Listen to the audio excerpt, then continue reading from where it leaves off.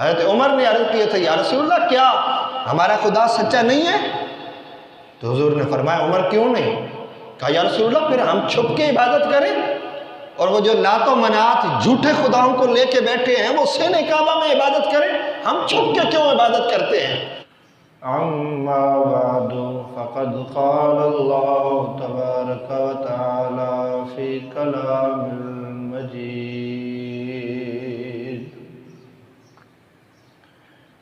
وَإِذْ غَدَوْتَ مِنْ أَهْلِكَ تُبَوِّئُ الْمُؤْمِنِينَ مَقَاعِدَ لِلْقِتَالِ وَاللَّهُ سَمِيعٌ عَلِيمٌ آمنت بالله صدق الله العظيم وصدق رسوله النبي الكريم الأمين یا رب بالمصطفى بلغ مقاصدنا واغفر لنا ما مضى یا واسع الکرم رب اشرح لي صدري ويسر لي امري واحلل عقدة من لساني يفقهوا قولي۔ عزیزو، آج کچھ باتیں غزوہ احد کے حوالے سے ہم کریں گے۔ 14 شوال المکرم 3 سن ہجری کو غزوہ احد ہوا۔ سرکار دو عالم صلی اللہ علیہ وسلم جب مدینہ طیبہ تشریف لائے تو اس کے بعد 2 ہجری کو غزوہ بدر ہوا۔ غزوہ احد ہوا کیوں، وجہ کیا بنی، اس کا پیش خیمہ اب یوں کہہ لیں کہ غزوہ بدر ہی تھا۔ مسلمان جب غزوہ بدر میں پہنچے 313 تعداد تھی، مشرکوں کی تعداد 950,000 کے لگ بھگ مشرکوں کی تعداد تھی بدر کے اندر۔ تو بہت سارے مشرکین مکہ مارے گئے۔ ان کا سب سے بڑا سردار لعنتی جہنمی ابو جہل، وہ بھی بدر میں مارا گیا۔ امیہ بن خلف بھی بدر میں مارا گیا، ابو البختری بھی بدر میں مارا گیا، عتبہ، شیبہ، ربیہ یہ بھی بدر میں مارے گئے۔ یعنی جتنے بڑے بڑے سردار تھے، جتنے وہ غرور کے ساتھ آئے تھے، تکبر کے ساتھ آئے تھے، اور یہ تصور تھا کہ انہوں نے ہمارے ساتھ جنگ کیا کرنی ہے، ایک خدا والوں نے، ہمارے بہت سارے خدا ہیں وہ ہماری مدد کریں گے، اور ہم نے ان کے ساتھ جنگ کیا کرنی ہے، ہم ان کو باندھ کے واپس مکہ میں لے جائیں گے۔ تو اللہ نے ان کے غرور کو توڑا، اللہ نے ان کے تکبر کو خاک میں ملایا، اور اللہ نے ان کو جہنم واصل کیا۔ مسلمانوں کو اللہ نے بدر کے اندر فتح مبین عطا فرمائی۔ اس لیے بدر کو یوم الفرقان کہا جاتا ہے کہ یہ کفر اور اسلام کے درمیان فرق کرنے والا دن ہے، کیونکہ بدر میں مشرکوں کے بہت سارے لوگ مارے گئے، 70 یا اس سے بھی زیادہ لوگ مشرکوں کے مارے گئے، قیدی بنا لیے گئے۔ تو شدید نقصان ہوا کافروں کو، مشرکوں کو۔ تو وہ 2 ہجری کی شکست کے بعد سے لے کر 3 ہجری تک، یعنی 1 سال پورا وہ جنگ کی تیاری کرتے رہے کہ جنہوں نے مسلمانوں نے ہمیں مارا، ہمارے سرداروں کو مارا، ہم نے ان کو چھوڑنا نہیں ہے۔ حضرت ہندہ جو بعد میں مسلمان ہو گئی تھی، ان کے بھائی، ان کے چچا یہ بھی بدر میں مارے گئے تھے۔ بدر میں مارے جانے کی وجہ سے وہ بھی بڑے غصے میں تھی۔ حضرت ابو سفیان یہ بھی اس وقت تک ایمان نہیں لائے تھے۔ حضرت خالد بن ولید یہ بھی ابھی تک ایمان نہیں لائے تھے، دائرہ اسلام میں ابھی داخل نہیں ہوئے تھے۔ تو کفار نے ایک بہت بڑا لشکر جرار تیار کیا، گھوڑوں کی فوج الگ، پیدل فوج الگ، حتیٰ کہ مشرکوں نے اپنے ساتھ بچوں کو بھی لیا، عورتوں کو بھی ساتھ لیا، اس لیے کہ اگر وہاں سے کوئی بھاگنے لگے گا تو اسے اپنے بچوں کا خیال آئے گا، اپنی عورتوں کا خیال آئے گا اور وہ بھاگے گا نہیں۔ اب ذرا اندازہ لگائیں کتنا ان کے اندر وہ غصہ تھا اور کتنے وہ پیچ و تاب کھا رہے تھے کہ ہم نے ملیا میٹ کر کے رکھ دینا ہے، ختم کر کے رکھ دینا ہے، ہم نے کچھ بھی نہیں چھوڑنا۔ 3000 کا لشکر لے کر کہ مدینہ منورہ پر چڑھائی کے لیے آئے، تو جب مدینہ کے قریب پہنچے تو رسول کریم صلی اللہ علیہ وسلم کو خبر دی گئی، یا رسول اللہ مشرک اس ارادے سے آ رہے ہیں۔ رسول اللہ نے اعلان جنگ فرمایا، غزوے کا اعلان حضور نے فرمایا، اور فرمایا جہاں جہاں سے صحابہ ہیں جلدی جلدی اکٹھے ہو جاؤ، سارے آ جاؤ، نیزے، تیر، بھالے، ڈھالے سب لے کے آ جاؤ۔ صحابہ کرام رضوان اللہ تعالی اجمعین اکٹھے ہوئے، بارگاہ رسالت میں حاضر ہوئے، حضور کے سامنے صفیں بن گئیں، بچے بھی شامل تھے۔ نبی کریم صلی اللہ علیہ وسلم نے جو چھوٹی عمر کے بچے تھے حضور نے ان کو باہر نکال دیا۔ حضور نے فرمایا تم ابھی چھوٹے ہو، تم جنگ میں ساتھ نہیں جا سکتے ہو، باہر نکال دیا حضور نے۔ حضرت رافع رضی اللہ تعالیٰ عنہ یہ بھی ابھی چھوٹی عمر کے تھے، تو رسول کریم صلی اللہ علیہ وسلم نے ان کو بھی کہا کہ تم ابھی چھوٹے ہو، تم باہر نکل جاؤ، تم ابھی جنگ کے لیے نہیں جاؤ گے۔ عشق دیکھیں، محبت دیکھیں، پیار دیکھیں۔ حضرت ابو رافع نے ایڑیاں اوپر اٹھا لی،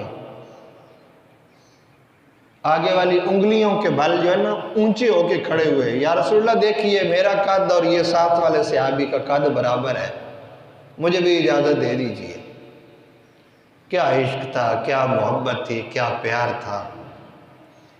آج ہمارے بچے تو شاید تلوار کے نام سے بھی ڈرتے ہیں، جنگ کے نام سے بھی ہمارے بچے تو ڈرتے ہیں، شہید ہونے کے نام سے بھی ہمارے بچے تو ڈرتے ہیں، موت کے نام سے بھی ڈرتے ہیں۔ وہ تو موت کو گلے لگاتے تھے، موت بھاگتی تھی ان سے، وہ پکڑ پکڑ کے گلے لگاتے تھے۔ اور وجہ کیا ہے؟ ہم نے ان بچوں کو سارا کچھ اپنے نصاب میں بتایا، سکھایا۔ ہم نے ان بچوں کو صحابہ کرام کی جرأت اور بہادری نہیں بتائی اپنے نصاب کے اندر، اپنے گھروں کے اندر، ٹی وی چینلز کے اندر ہم نے صحابہ کی جرأت اور بہادری نہیں ان کو بتائی، ہم نے وہ نہیں ان کو دکھایا۔ خود آگ لگائی ہے چمن میں، کر کے توہین سحر، شام کو الزام نہ دو۔ تم نے خود نور کو بدلا ہے ظلمت سے، بے سبب گردش ایام کو الزام نہ دو۔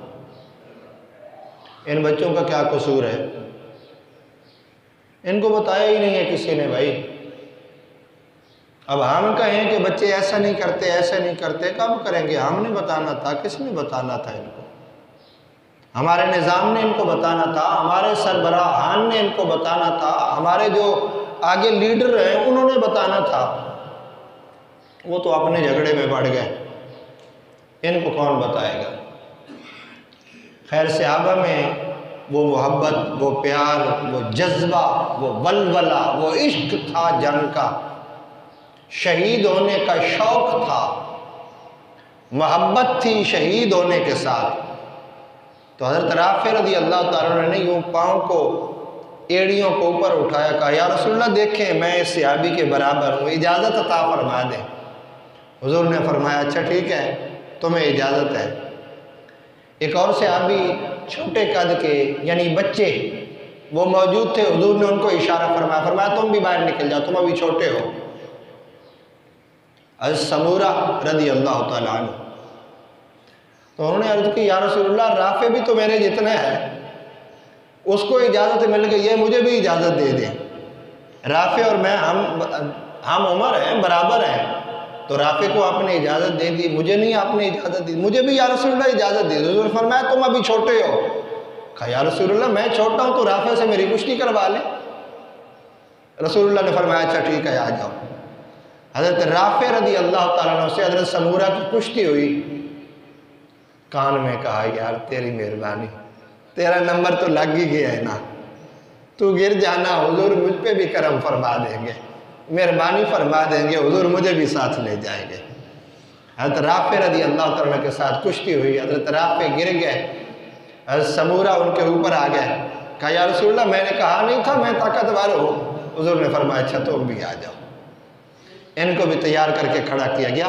ماؤں نے اپنے بچوں کو سوار کے سجا کے حضور کی بارگاہ میں پیش کیا، یا رسول اللہ ہمارے بچوں کو بھی ساتھ لے جائے۔ آقا ہم بھی شہید کی ماں کہلوائیں گے، کرم فرمائیے، مہربانی فرمائیے۔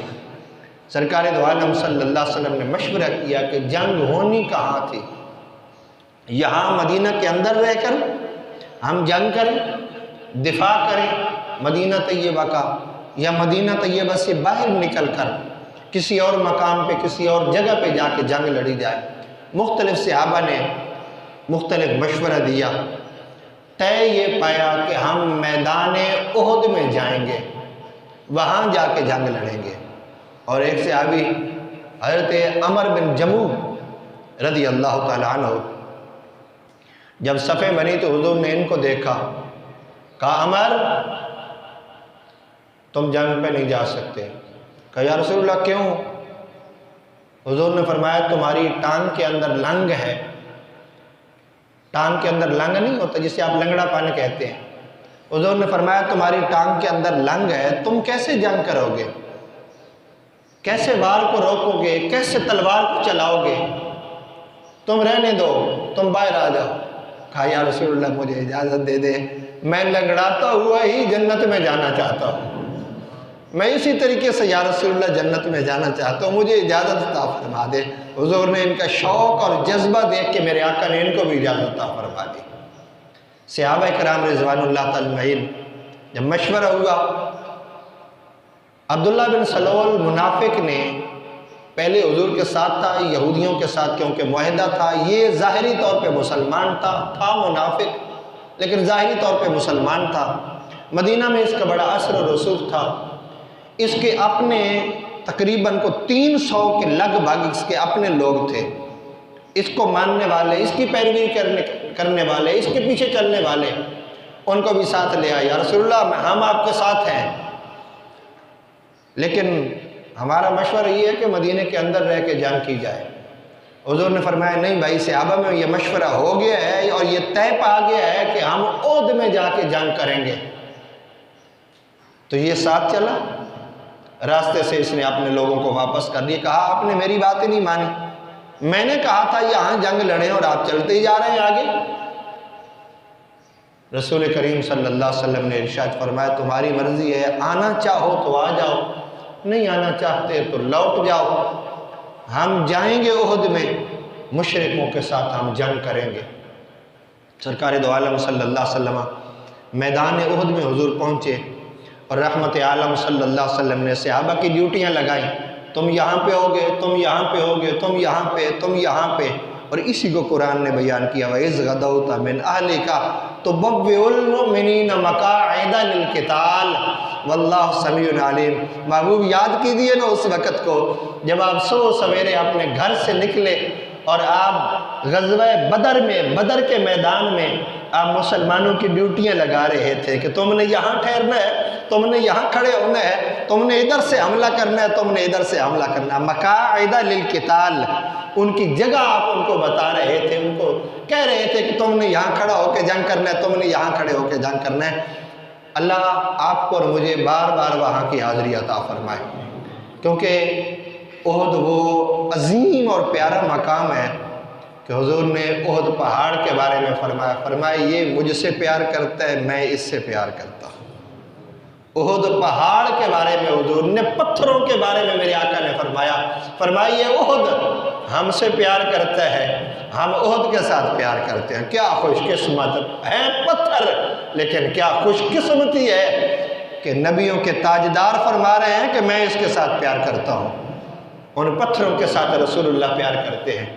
احد پہاڑ کے بالکل وہ جو سامنے قبرستان ہے، اللہ آپ سب کو لے جائے اور آپ کے صدقے اللہ مجھے بھی لے جائے، بار بار وہاں کی حاضری عطا فرمائے۔ جو احد شریف کا جو قبرستان ہے، اس کے بالکل سامنے ایک چھوٹی سی پہاڑی ہے، اس پہاڑی کا نام ہے جبل رمات۔ سرکار دو عالم صلی اللہ علیہ وسلم نے ایک صحابی کی سربراہی میں حضور نے 50 صحابہ کا لشکر اس جبل رمات پہ حضور نے کھڑا کیا، کیونکہ پشت کے پیچھے تو پہاڑ تھا، حضور یوں کھڑے ہوئے ہیں، پیچھے پہاڑ ہے، چہرہ انور ادھر ہے اور اس طرف سامنے جبل رمات ہے۔ وہی ایک راستہ تھا واپس آنے کا کسی کا، نہیں تو پہاڑ کی اس طرف سے آئے یا اس طرف سے آئے، یہی دو راستے تھے، حضور کی طرف اور صحابہ کی طرف مشرکوں کے آنے کے۔ درمیان والا راستہ تو صحابہ نے بند کر رکھا تھا کہ یہاں سے کوئی نہیں گزرے گا۔ حضور نے 50 تیر اندازوں کی وہاں پہ ڈیوٹی لگائی تھی کہ یہاں سے تم نے نہیں ہٹنا، جنگ میں فتح ہو یا شکست ہو، میرے حکم کا انتظار کرنا، یہاں سے ہلنا نہیں ہے۔ میرے نبی کی آنکھ اس وقت بھی دیکھ رہی تھی کہ ہونا کیا ہے، میرے رسول کی آنکھ نگاہ نبوت سے میرے آقا دیکھ رہے، اس لیے تو تاکید فرما رہے تھے، ورنہ باقی صحابہ کو تو تاکید نہیں فرمائی تھی کہ تم نے یہاں سے نہیں ہٹنا، یہاں سے نہیں ہلنا۔ ان 50 کو ہی کیوں تاکید فرمائی؟ کیونکہ حضور نگاہ نبوت سے دیکھ رہے تھے کہ ہونا کیا ہے بعد میں۔ تو حضور نے فرمایا تم نے یہاں سے نہیں ہلنا، یہیں کھڑے رہنا ہے، تم نے جنگ میں فتح ہو جائے تب بھی، جنگ میں شکست ہو جائے تب بھی تم نے یہیں کھڑے رہنا۔ اب مشرکین آئے، ابو سفیان سربراہ تھے اس 3000 کے لشکر کے، اور حضرت خالد بن ولید سپہ سالار تھے، جو دونوں ابھی تک مسلمان نہیں ہوئے تھے۔ ہندہ کا میں نے کیونکہ آپ کو بتایا اس کا چچا بھی مرا تھا بدر میں، ہندہ بھی ساتھ تھی، ان کو بڑا سخت غصہ تھا کہ یہ مسلمانوں نے ہمارے رشتہ داروں کو، ہمارے سربراہان کو، ہمارے بڑوں کو مسلمانوں نے شہید کر دیا، ہم ان کو چھوڑیں گے نہیں۔ ہندہ نے وحشی کو تیار کیا، وحشی غلام تھے، یہ بھی بعد میں مسلمان ہو گئے، حضرت ہندہ بھی بعد میں مسلمان ہو گئی، اللہ نے ایمان کی دولت ان کو عطا فرما دی۔ تو احد کے موقع تک یہ مسلمان نہیں تھے، وحشی غلام تھے۔ ہندہ نے ان کو تیار کیا، کہا اگر تم امیر حمزہ کو شہید کر دو، کیونکہ امیر حمزہ شیر خدا تھے، جیسے مولا علی شیر خدا ہے نا، ایسے جناب امیر حمزہ بھی شیر خدا تھے۔ حضرت امیر حمزہ حضور سے بڑا پیار کرنے والے، بڑا ہی پیار کرنے والے، اور جب یہ اسلام لائے تھے نا تو وہ بھی ایک عجیب سی بات ہے، ابو جہل کا حضور کے ساتھ کوئی معاملہ ہوا تو ابو جہل نے رحمت عالم صلی اللہ علیہ وسلم کے سر انور میں کمان ماری، تیر کمان جو تھی، کمان حضور کے سر انور میں ماری، حضور کے سر انور سے خون بہنے لگا۔ تو یہ شکار پہ گئے تھے حضرت حمزہ، حضور کے چچا، یہ شکار پہ گئے تھے، واپس آئے تو ایک خادمہ نے، ایک لونڈی نے بتایا کہ آج تمہارے بھتیجے کو ابو جہل نے بڑا سخت قسم کا مارا ہے، سر پھٹ گیا ہے، خون آنے لگا ہے۔ حضرت امیر حمزہ گھر نہیں گئے بلکہ صحن کعبہ میں تشریف لے گیا، ابو جہل بیٹھا تھا سرداروں کے ساتھ، حضرت امیر حمزہ غصے سے اس کے پاس گئے اور زور سے اس کے سر میں کمان ماری، ابو جہل کا سر پھٹ گیا اور خون آنے لگا۔ کہا تم نے کیا سمجھا تھا میرے بھتیجے کا کوئی نہیں ہے اس دنیا میں، تم نے یہ سمجھ کے مارا تھا؟